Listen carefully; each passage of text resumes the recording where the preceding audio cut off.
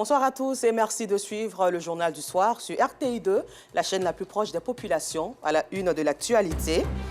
Il continue de flirter avec la mort. Certains habitants du quartier de Williamsville, dans la commune d'Adjamé, ont décidé d'élire domicile sous les hautes tensions. À cet effet, donc, la rédaction de RTI2 attribuera des cartons rouges aux différents responsables de cette anarchie, dans l'espoir d'un changement de mentalité pour le bonheur de tous. Et puis en religion, sachez que la nuit d'hier à aujourd'hui marquait la célébration de la nuit du destin par les fidèles musulmans du monde entier, une nuit dont les mérites équivalent à 1000 mois d'adoration. Encore merci d'être avec nous sur RTI2. Passons tout de suite à notre rubrique du jour, le carton rouge.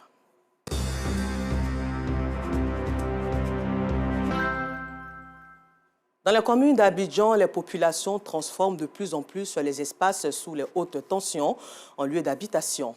Une pratique dangereuse qui a occasionné un accident d'électrocution et d'électrisation à Williamsville dans la commune d'Adjamé. Malgré la sonnette d'alarme de la rédaction de RTI2 sur les risques liés à ce phénomène, les populations demeurent quand même sans la moindre inquiétude.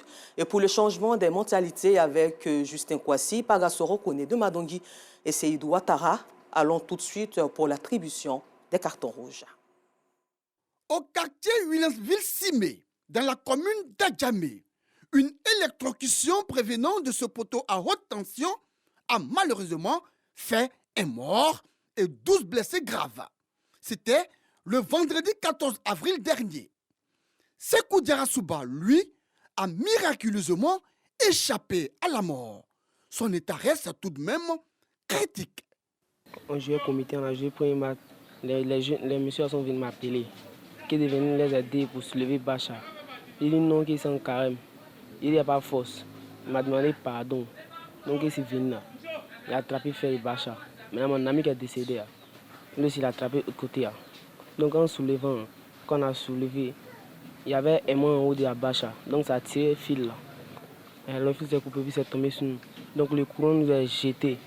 Dès que ça nous a jeté, ça a percé mes orteils avant de sortir. Actuellement, il me sent très mal. C'est difficile. Je ne m'attendais pas à ça. J'ai utilisé toutes mes économies pour faire ce que je pouvais. S'il vous plaît, aidez-moi. Un lourd bilan.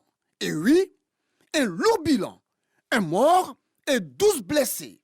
On aurait même dit un carnage. Tenez-vous bien, celui qui a perdu la vie est à peine âgé de 16 ans.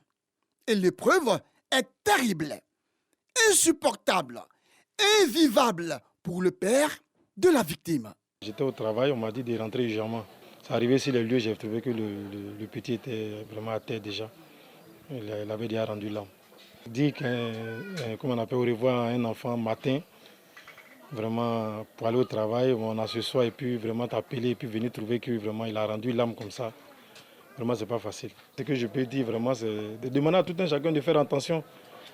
Parce que c'est un truc d'autre tension. Quand on nous parle souvent, on pense que c'est la plaisanterie. Mais franchement, il faut dire que c'est dangereux. Les quartiers comme Simé à Williamsville sont légion dans le district autonome d'Abidjan.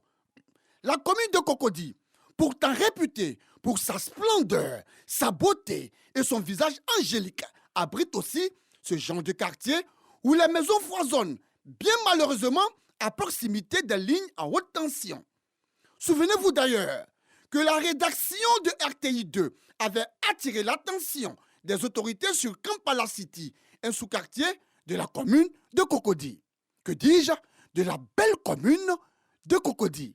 Haute tension, ils sont venus installer ça devant nous. On les a aidés à tirer le fil. Ils sont venus causer avec nous, nous dit qu'ils vont venir placer les nouveaux fils. On n'a qu'à les aider. Donc, la population aussi est sortie, les aider à tirer le fil. Nous sommes là il y a très longtemps. Il n'y a jamais eu de panne d'haute tension pour dire ça va nous effrayer, non. Les habitants semblent toujours ne pas être inquiétés par le sinistre que peut engendrer une haute tension. Mais vous, mesdames et messieurs, qui habitez et dormez sous ces poteaux à haute tension, vous n'avez aucune information des événements survenus à Williamsville-Simé? Je ne le crois pas. Eh bien, il y a eu là-bas un mort et 12 blessés du fait d'une décharge électrique provenant de ces poteaux électriques à haute tension. On est venu trouver les gens ici, on vit avec eux, on vit heureux, on est là, c'est dangereux. Mais par contre, c'est contre les moyens, la situation, c'est ça qui amène tout ça là. La peine de la rédaction de RTI2 est grande au regard de cette situation mélancolique. Elle, qui avait pourtant mis en garde les autorités compétentes et les populations du danger que représente la cohabitation avec ces poteaux à haute tension. Notre carton rouge diffusé sur nos antennes le mardi 21 mars dernier n'a pas été entendu par les oreilles qui devaient entendre. Notre carton rouge n'a pas été du tout considéré. Notre carton rouge a visiblement été négligé. À la limite, ces oreilles qui devraient entendre et réagir, assis dans leur beau salon, ont vu et ignoré notre avertissement, se disant « Ceux-là, ils nous emmerdent à la fin. » Que croit-il? Merde là. Oui, merde vous avez dit. Mais il y a eu malheureusement un carnage à Huilansville-Simé. Un mort et 12 blessés. Nous, on n'a pas le choix. On n'a pas coin pour aller. Donc, on est obligé de nous donner à Dieu pour se mettre dedans. C'est manque de moyens, sinon on n'a pas le choix. Tu ne peux pas voir un truc comme ça et puis tu vas te mettre dedans. Mais on n'a pas coin. Donc on s'est mis dedans là, on s'est donné à Dieu et puis on est dedans. Attendez, une question nous traverse l'esprit. Est-ce que les autorités compétentes se réjouissent de voir leur population cohabiter avec la mort? Si tel n'est pas le cas, pourquoi donc ce silence? Quant aux populations, elles semblent résignées à se mettre à la disposition de la grande fâcheuse, la mort. Que c'est dommage. Eh bien, vu que le carton rouge adressé la première fois semble n'avoir pas fait d'effet, nous voudrions rappeler une fois de plus qu'à Huilansville, au quartier Simé, il y a bel et bien eu une électrocution due à ces poteaux à haute tension qui a fait un mort et 12 blessés. Chères autorités, et vous, population qui avez fait le choix de vivre sous les lignes à haute tension, ce bilan ne vous dit absolument rien? Nous, rédaction de RTI2, si, car pour nous, il faut préserver les vies. Et nous disons non. Non et non au suicide et à la mort. C'est pourquoi nous attribuons à nouveau un carton rouge à tous ceux qui vivent sous les poteaux à haute tension pour leur incivisme, leur indiscipline et leur insouciance. Carton rouge, carton rouge, carton rouge et encore carton rouge aux responsables de l'Office national de la protection civile, ONPC, et aux autorités communales qui ont décidé de regarder, sans dire mot, leurs administrés cohabiter avec la mort à ciel ouvert. Écoutez, que les responsabilités soient situées et les sanctions prises afin que les familles ne soient plus endeuillées du fait de ces poteaux à haute tension. Que ceux qui ont des oreilles pour entendre, entendent. Et voilà, le carton rouge des habitants flirte avec la mort de Justin Kouassi, Pagasoro, Koné Madongui et Seydou Ouattara est à revoir sur rti.info. Nous sommes à une période festive et il est très important de faire attention sur nos routes car elles continuent de faire des victimes. Ce mardi, un véhicule de type 4x4 transportant des militaires en partance pour Yamoussoukro a quitté sa voie, occasionnant des morts et de nombreux blessés, selon notre témoin Bintou Pekele. La route a encore tué ce mardi, jour férié après la nuit du destin. Un véhicule de type 4x4 transportant des militaires en partance pour Yamoussoukro a quitté sa voie pour se retrouver nez à nez avec un car de 70 places de la compagnie de transport AT en direction d'Abidjan.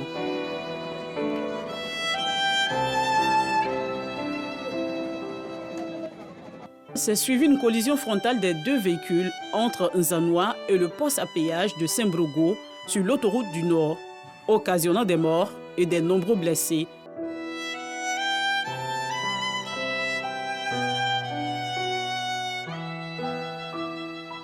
En attendant le bilan définitif, les automobilistes sont invités à la prudence. Selon l'OSER, la Côte d'Ivoire enregistre chaque année plus de 12 000 accidents de la circulation. Retour à Abidjan, précisément à la cité Kestab, toit vert, rouge et bleu au quartier Nyangon dans la commune de Yopougon, où un gros ravin menace la quiétude des populations. Pendant que le père Simon-Pierre, curé de la paroisse Sainte-Jeanne d'Arc, à la sérénité perturbée devant les ruines de certaines parties de l'édifice religieux qui gagnent du terrain de propriétaires, eux, ont le sommeil troublé à cause de la forte érosion qui dégrade progressivement leurs différentes habitations. Pour se déplacer d'un côté à un autre, les riverains sont obligés de faire le grand tour au détriment du raccourci. Toutes les tentatives d'interpellation des autorités compétentes pour une issue favorable à leurs difficultés étant vouées à l'échec, les populations lancent le cri de cœur dans ce temps d'information en présence de Clément Boko pour RTI2. Cité Kestab, toit vert, rouge et bleu, au quartier Niangon, dans la commune de Yopougon. La communauté de l'église Sainte-Jeanne d'Arc a la sérénité perturbée par la présence d'un gros ravin qui gagne progressivement du terrain. Une menace due à l'avancée d'une érosion. Père Simon-Pierre, curé de la paroisse, est déçu après l'effondrement du centre médico-social de l'édifice religieux et face au risque d'éboulement du lieu qui abrite la grotte de la Vierge Marie. En raison de la fissure du lieu de culte, les responsables sont obligés de libérer 5 mètres de l'espace menacé par l'érosion, une scène de désolation qui inquiète le curé. Notre église est sous la menace d'un ravin et ce ravin, depuis des années, a commencé à faire des dégâts. Et ces dernières années-là, l'église est fortement menacée. Il y a une partie de l'église qui s'est déjà effondrée et pour ne pas que le pire arrive, nous lançons un appel à toutes les autorités compétentes. Ici, Simplice Yaokwasi, un retraité de la Kestab, observe chaque jour avec amertume la dégradation avancée de la fondation de son habitation, due à la forte érosion. En sa qualité de président de la cité Kestab, il déplore les nombreuses tentatives de démarches menées auprès des autorités compétentes. Quand il pleut, nous ne dormons pas. Quand il y a tonnerre, il y a des fois les parois du collecteur se coulent. Nos murs sont presque coulés. Les clôtures sont tous partis. Depuis 2010, nous avons commencé à faire des démarches un peu partout. On est parti au ministère de la Construction et Urbanisme, au ministère de l'Industrie. Et c'est le ministère de la Construction et de l'Urbanisme qui dit que c'est celui qui s'en occupe, c'est ONAD. Nous demandons aux autorités et administratives de venir nous aider à canaliser le trou. Sinon, il ne faut pas qu'on attende au dernier moment qu'il y ait décès. Son voisin d'en face, Aristide Sigbo Kwangbe, a dû libérer sa cuisine et une chambre partie en ruine. Inquiété au quotidien par l'érosion qui gagne du terrain et surtout par les prévisions météorologiques de la Sodexam, il lance un cri de cœur. Entre le trou et les maisons, il y avait un grand espace. Moi-même, ma maison, ma cuisine se trouvait derrière avec une chambre et mon magasin. Il y avait un jardin où les enfants jouaient derrière. Voilà. Mais depuis 2010, 2011 par là, l'érosion a avancé. Le collecteur, les abords s'effondrent à chaque saison de pluie. Ce qui fait qu'aujourd'hui, il ne reste que quelques mètres entre les maisons et le trou. À 500 mètres de chez lui, un pont abandonné, couvert de rouille, est suspendu au-dessus du gros ravin. Difficile donc pour les habitants d'emprunter le raccourci. Alertée, l'autorité municipale de la commune de Yopougon a fait une courte voie de canalisation. Un canal au-dessus duquel le footballeur international Max Gradel a érigé un pont pour le bonheur des piétons. Selon Sylva Kofi, président de la cité Kestab, toit vert, le canal est la source de tous les problèmes engendrés par le gros ravin. Il y a eu un aménagement en dessous qui entraîne des chutes et ces chutes-là agrandissent et approfondissent le trou, le collecteur que nous avions, un collecteur qui est naturel, qui récupère les eaux de ruissellement. Et c'est justement ce pont-là qui est à la base de tous nos problèmes. Si certains craignent la menace de l'érosion, d'autres estiment que la présence des ordures dans le ravin est à l'origine du danger qui guette la population. L'Église catholique qui a vu les fidèles ont vu leur mur s'écouler après une grosse pluie. En tout cas, c'était vraiment dangereux. Il y a des maisons qui sont vraiment en danger dans la cité Kestab. Et nous prions Dieu parce que s'il y a des pluies, des grosses pluies, les maisons vont vraiment s'écouler. On vient verser parce qu'il n'y a pas autre coin pour verser. Les gens qui ramassent poubelles n'arrivent pas au quartier ici. En attendant une issue favorable, les populations dont le sommeil est troublé au quotidien espèrent une intervention rapide avant que le pire ne se produise. Nous vous le disions en titre, en religion à l'occasion de la nuit du destin du 17 au 18 avril 2023, des mendiants prennent d'assaut les abords des mosquées. Ils espèrent obtenir de quoi terminer le mois de Ramadan en beauté.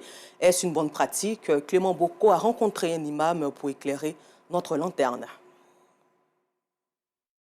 Comme d'habitude, la commémoration de la nuit du destin est très spéciale aussi bien pour les fidèles musulmans que pour les mendiants. Une célébration placée sous le sceau du partage, de la générosité et de la cohésion sociale. Nous